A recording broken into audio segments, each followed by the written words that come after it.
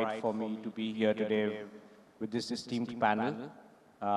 They are the very best of the best there is in the hoteliering world. And they, in fact, represent, I would imagine, easily about 70 to 80% of the hospitality, branded hospitality market in India. The growth of India's hospitality sector, are we really living the dream? I think it's something that's been there on everyone's mind as we've attended this conference. We've had 2024, which has been the best performing year for our sector, especially coming off COVID, where we all had fairly tough times. 2024 marked the year where we saw average rates rise much ahead of what we had last witnessed in 2007. So it's only fit that I asked my panel over here, who I'm sure have had a great 2024 as well, how does the future look going forward in 2025? And let me start from my left over here with Nikhil. Nikhil, how's this year been, and how are you looking forward from a 2025 perspective? So thank you, Akash. Last year was a momentous year for us. We launched Radisson Collection, which is our luxury collection, in the city of Srinagar. And that city in the luxury space only had 200 keys, and this hotel has 212 keys. And we also launched a mid-scale brand called Park Suites last year. So we are expanding across the spectrum, and not only the upscale and upper upscale. Of course, the numbers are great. You've heard everyone speak about it. I don't see the momentum stopping anytime soon, at least for the next 3 to 4 years.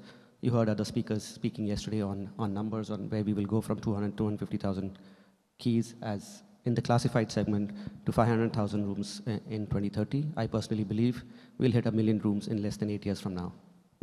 Interesting. Sudeep, how's 2024 been for you, and how is 2025 looking?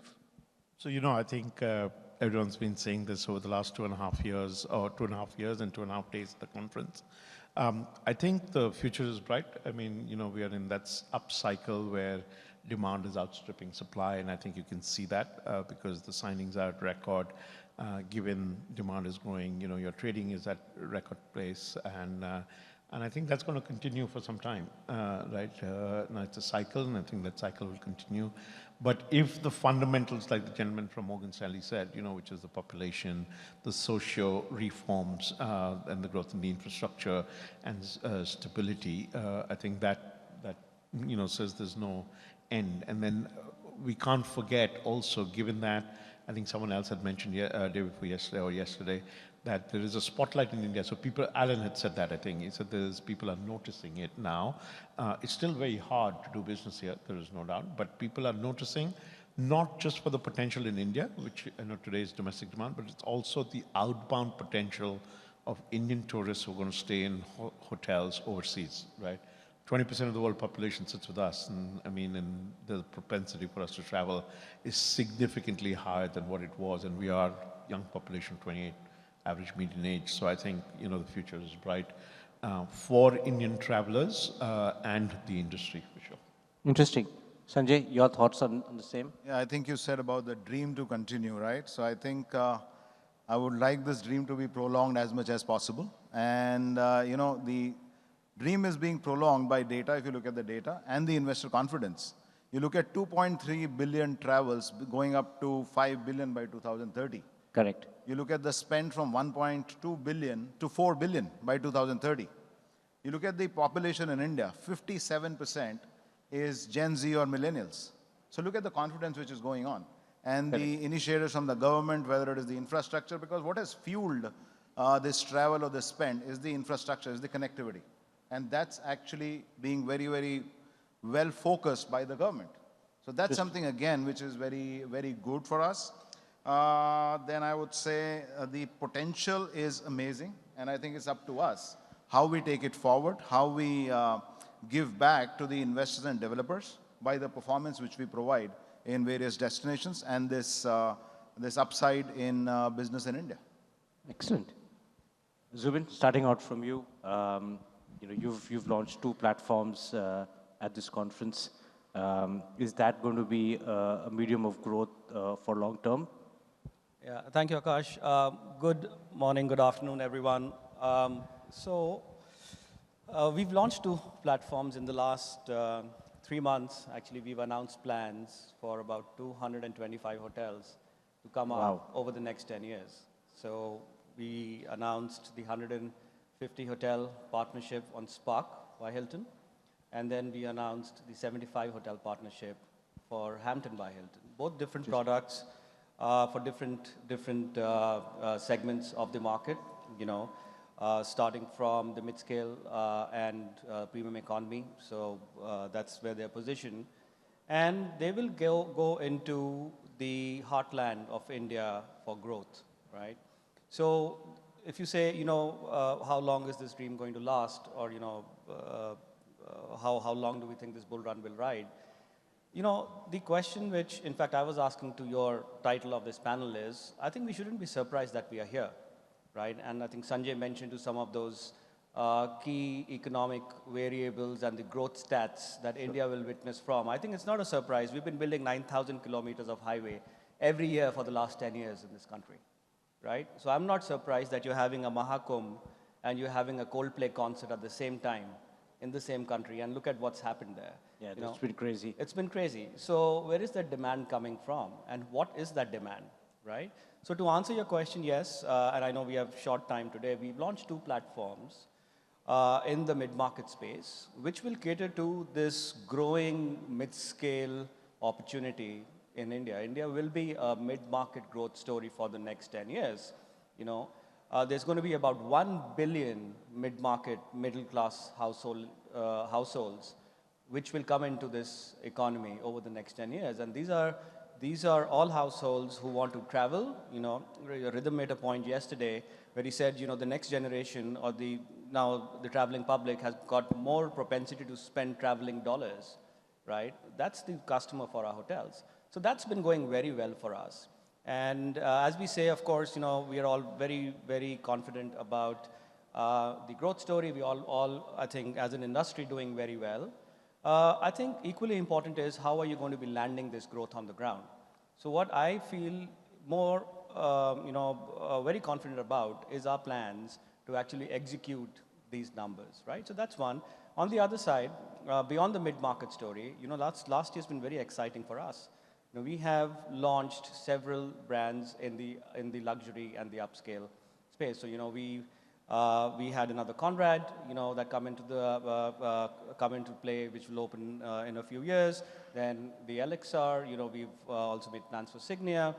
Of course, Hilton continues to grow, DoubleTree continues to grow, Hilton Garden Inn continues to grow. So I think for us, it's been very well-rounded overall. And I don't think it's dream. I think this is going to be reality for the industry for the next 10 years, 10 to 15 years at least. The important thing is how we execute this growth, right? And whether we have the right locations, the right hotels, the right science behind opening and operating these hotels. I think it's all going to be going back to fundamentals, and that'll really govern how successful the plans will be. And I feel very confident about where we are at Hilton.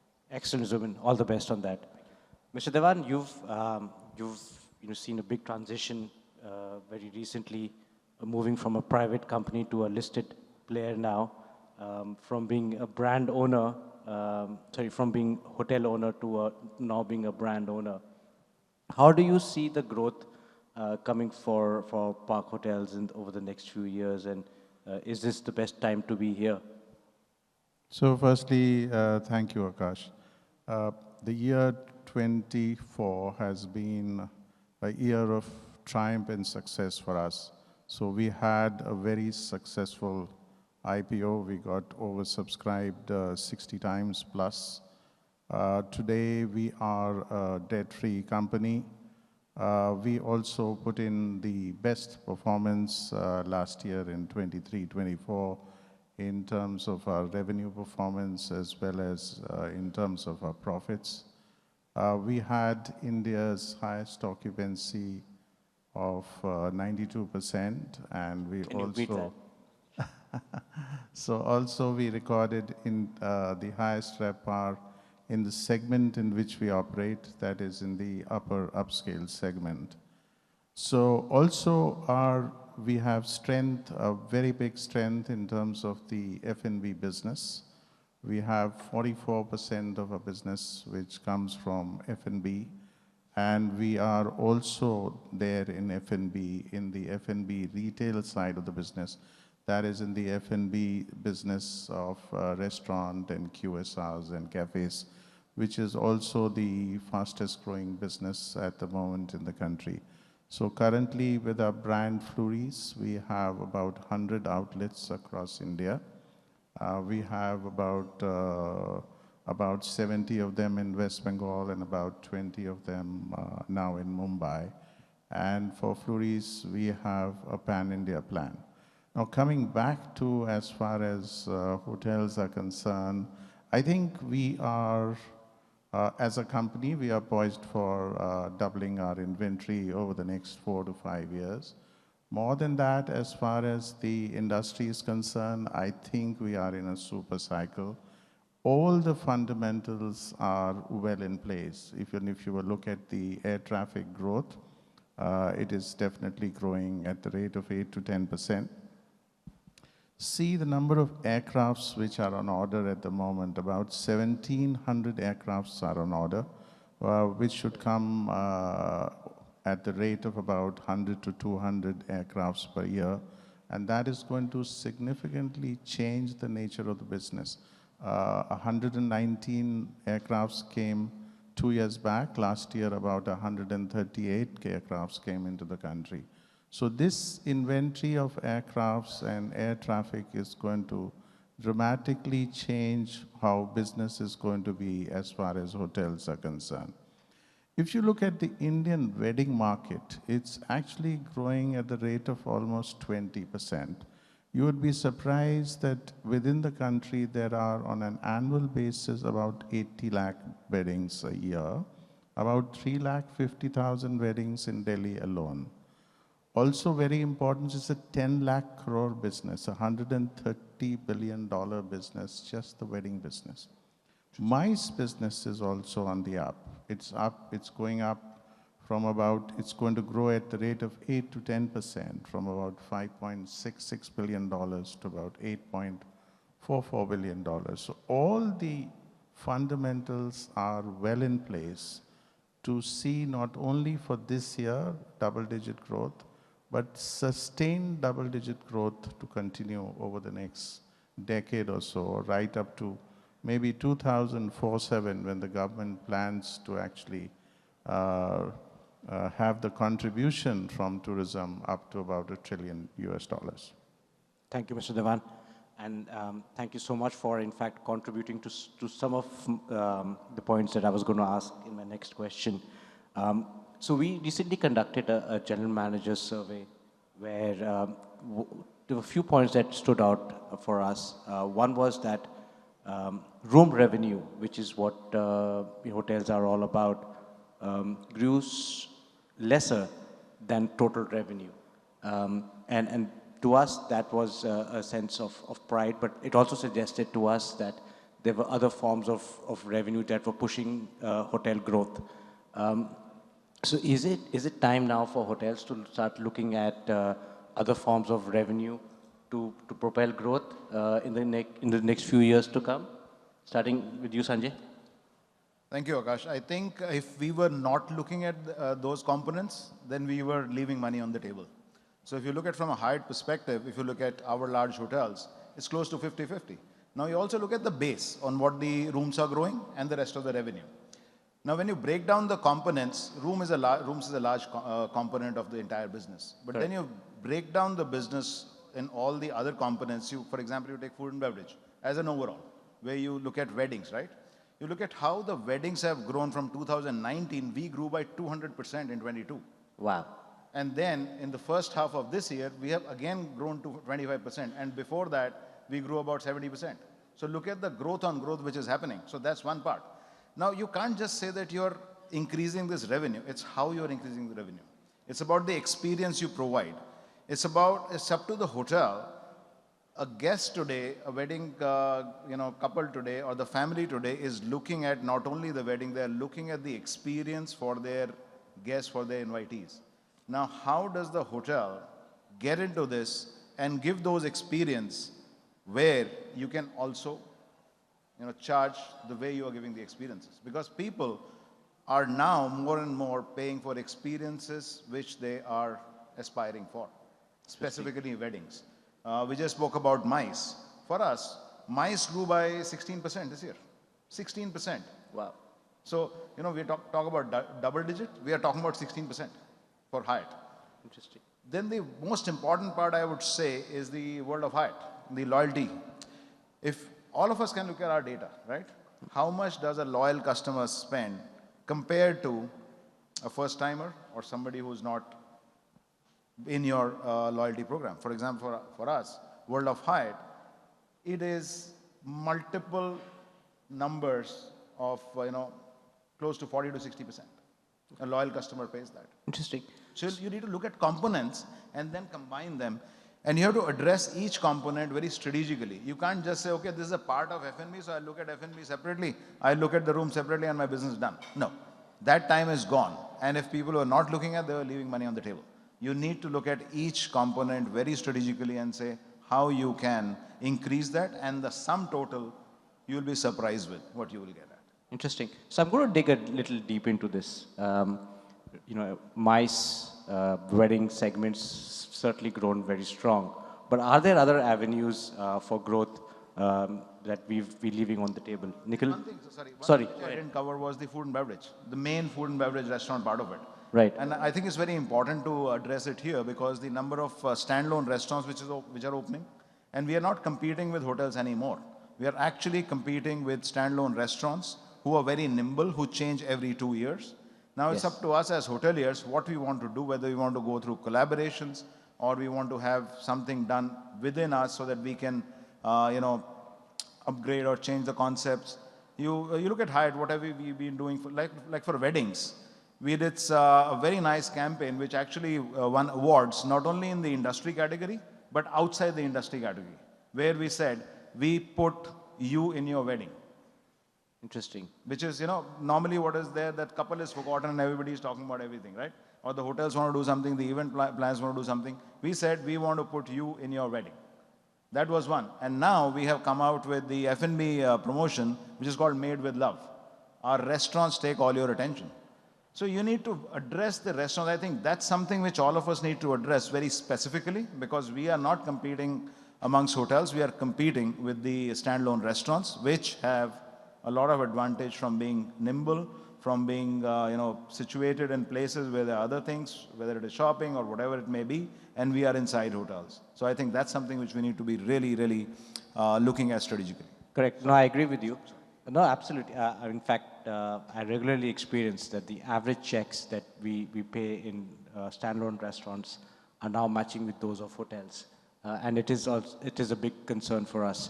But Nikhil, since I was going to ask you that, apart from F&B, and I'm just going to take you from there, weddings and MICE, is there any other growth segment that you believe is something that's going to last for a long term to come? So Akash, Radisson is 130 operating hotels. 50% is in tier 2, tier 3, tier 4 cities. And our future pipeline, almost 30 to 40% is in the tier 3 segment, right? So of course, F&B continues to be a big part, and everyone's spoken about F&B.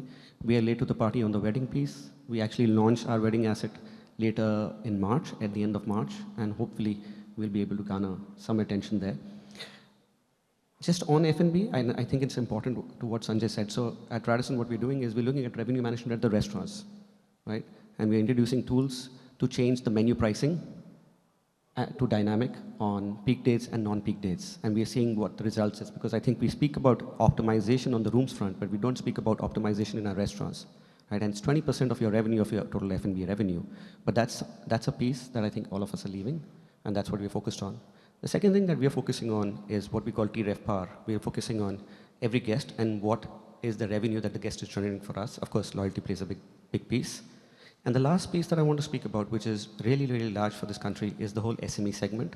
And I think that is a totally untapped market for most international brands. And if we can penetrate the SME market, especially for someone like us, right? Because if you're in tier 2, tier 3, tier 4 cities, you don't have the large 500 corporates coming to your hotels. You have the small SMEs coming there. And that is a base that I'd really like to break into. Interesting. So I'm just going to refer back to the survey that we conducted last year. One glaring point on the employee front that stood out was that the biggest concern for general managers last year was retaining and hiring fresh talent. Right? And that is something that I'm sure a lot of us have thought about in 2024. Sudeep, is that something that takes up a lot of your time as well as you go along with the year?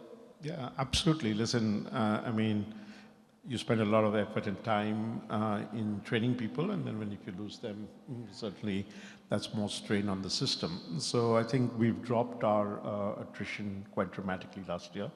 Post-COVID, the industry was not the darling, which it used to be. I think all of us suffered through that. But I think we made efforts there are a couple of things on that. Number one, what the colleagues now want and what their expectations are very different than what it used to be when most of our general managers were in those same ranks, right?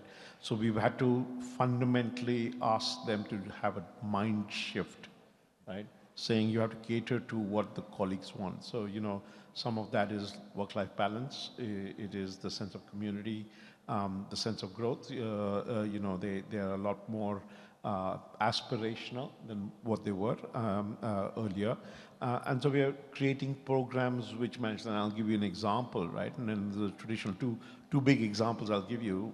Hospitality, firstly, having a body tattoo, and number two, having your cell phone with you was a big no-no, especially if you were customer facing, because how can you do that? But today we've had to change that, right? We've had our own employees come up with the policies in different hotels about what do you do when your phone rings, because 99% of our colleagues, the only point of contact for them is their cell phone, right?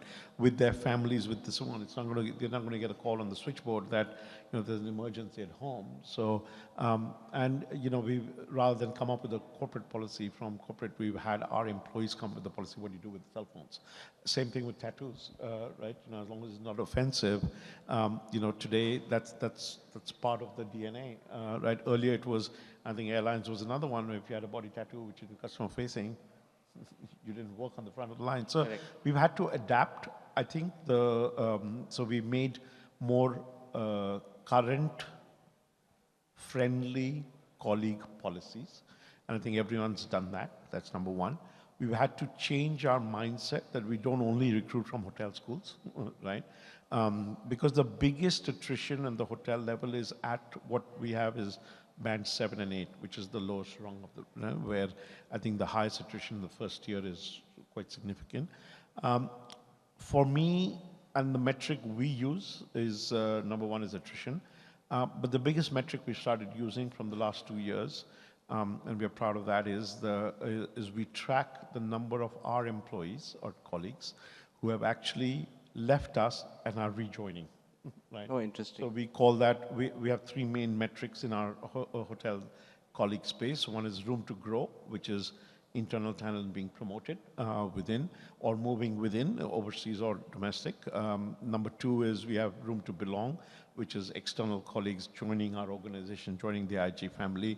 But now we've added, and the HR, Dipali calls it something different. I call it something new. I call it room to boomerang.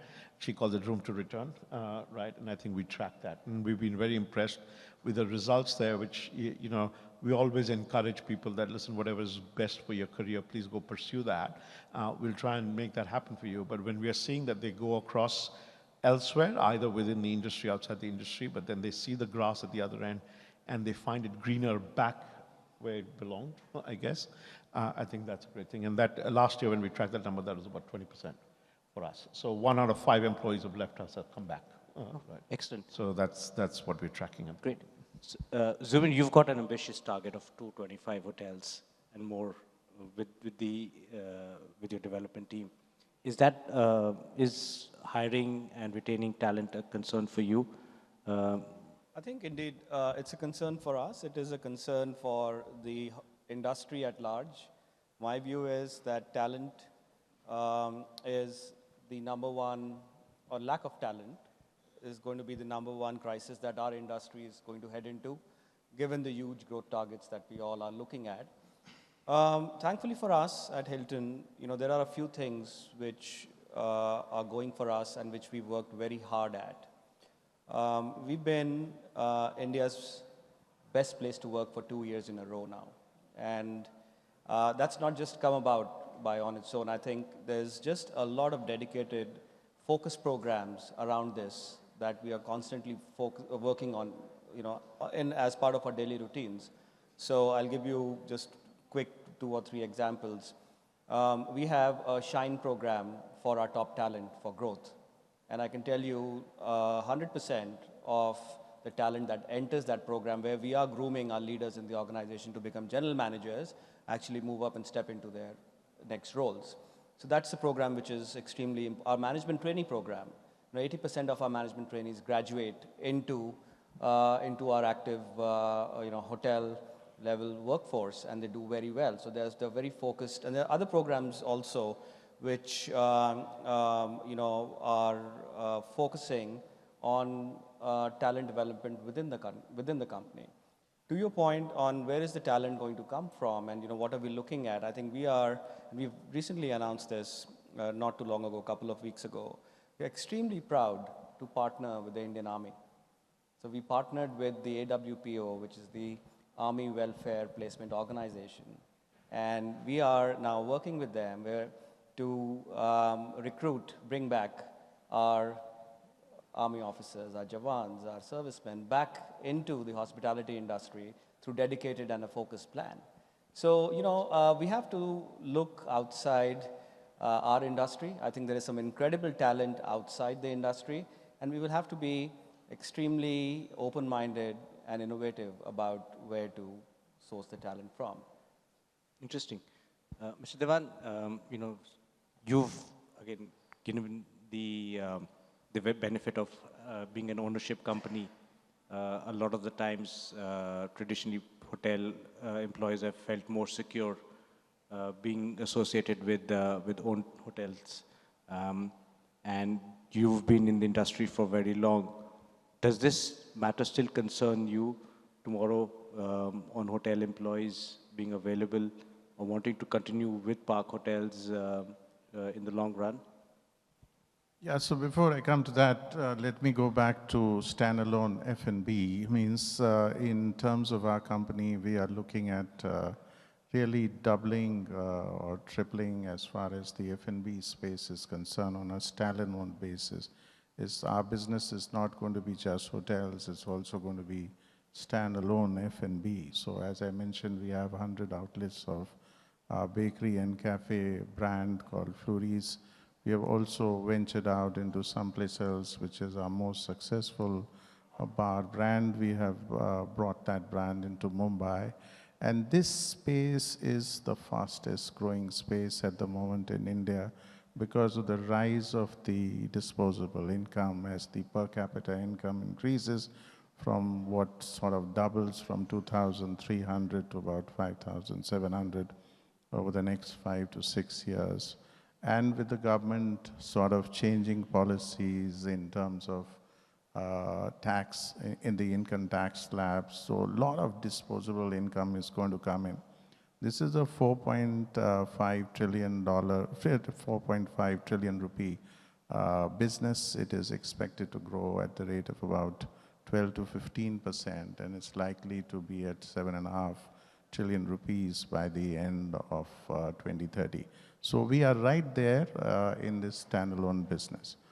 On the people side, yes, people are very committed to us. We have a strong now, being a listed company, to ensure that there is more loyalty towards us. We do have a ESOP program, which we have been able to successfully launch to ensure that the talent sort of stays with us. Secondly, we are running our own hospitality school, which is based in Navi Mumbai. So this hospitality school or college for us continuously is in the process of creating talent for the group. Also runs our own management training programs. We run different kind of management training programs also, which are again correlated to our business. We could be the only company running a management training program which could be just centered around the bars.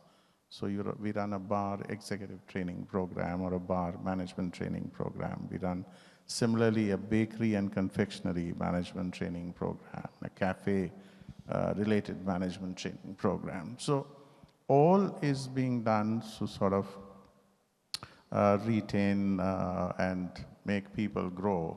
And then, of course, we are looking at the millennials and the Gen Zs, as I mentioned when I was here about 2 years back, as to can we look at the structure of reducing the number of hours for people? Can they work instead of 8 hours, 6 hours a day?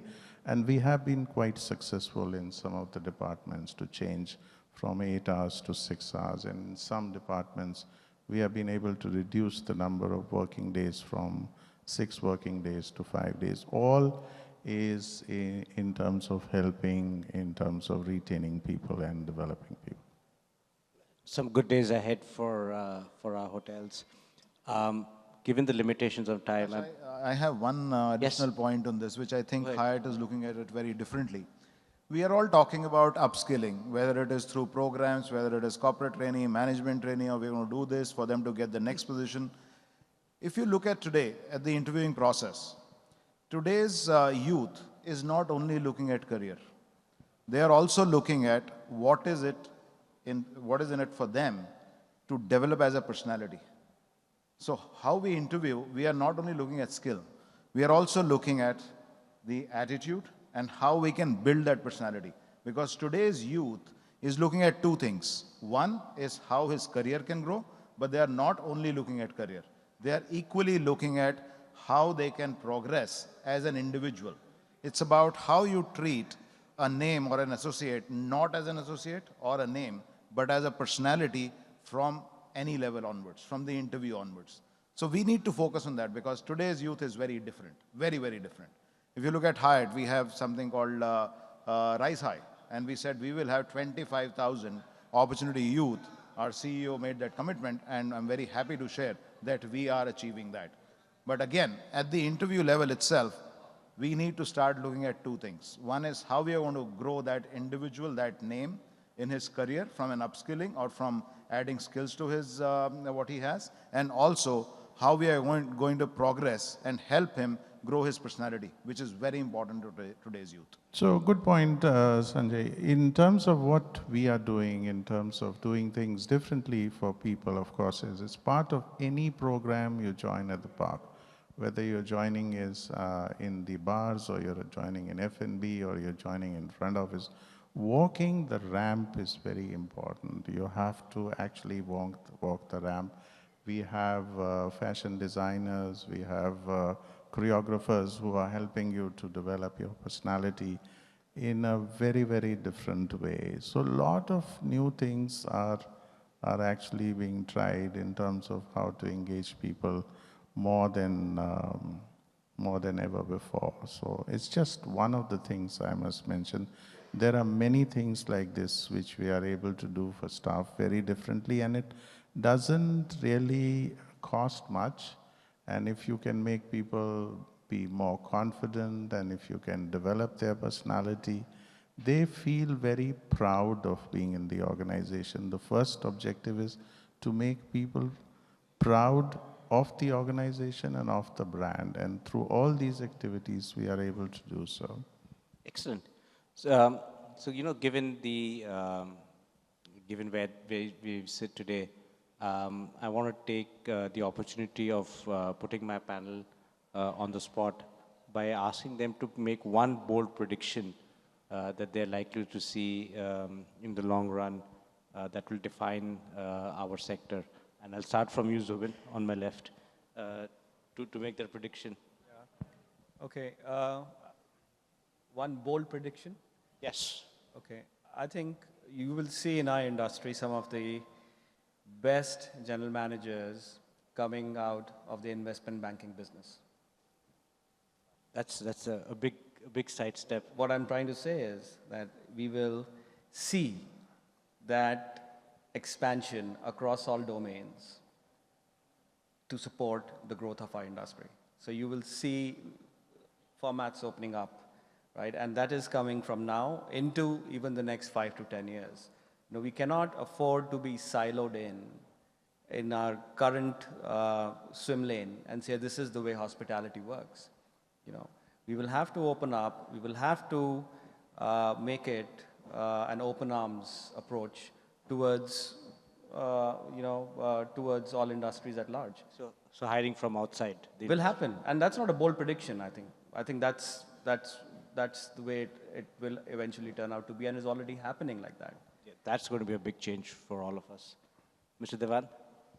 So first, the big change, I think, which is around the corner is on AI as well as on robotics. This is actually the AI.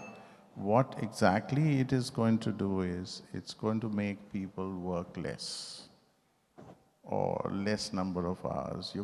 All of us are going to be working less. So if we are going to be working less, we are going to be traveling more. So I think travel will really boom over the next decades or many, many decades to come, because we are going to work less and we are going to travel and do things which are more experiential. So that change is around the corner, I think. Work less, travel more. I think all of us are going to be very happy. Nikhil? I'll stick to talent. And just today, for example, we've launched an MOU with THSC and Job Plus for skilling. And those students that come out are not going to be only for Radisson hotels, but for the industry. And I think that is the need of the hour, and we will continue to invest in that. The second piece, which is a bold prediction, is I'd like to see RFG, with the scale that we have, at least 30 to 50% of our general managers from being gender diverse, i.e. women general managers. So that's where I'd like to take RFG from that perspective. So it's team and diversity. Sudeep? I'm not going to iterate or reiterate what the other panelists said, but I think you'll see idli, dosas, puri bhaji, and parathas in evening hotels in London and New York. Excellent. Good food for all of us to come. Sunjae? Thanks, Akash. I think Nikhil and Zubin, Job Plus is a great platform, but I think what Vijay said on AI and robotics, I think more and more hotel companies focusing on how they're going to integrate to provide the experience and personal touch, because our business is about relationships. So how do we use, and that the AI is taking it away. It's about focus of hotel companies to integrate that in such a way that you don't still lose that personal touch. Excellent. Yeah, I think it was Mr. Gunari in the morning session spelled it out for all of us that AI is here, and AI is something that we should all look to adopt. Well, thank you so much for being here, my esteemed panel, and thank you all for attending this session. Thank you. Thank you.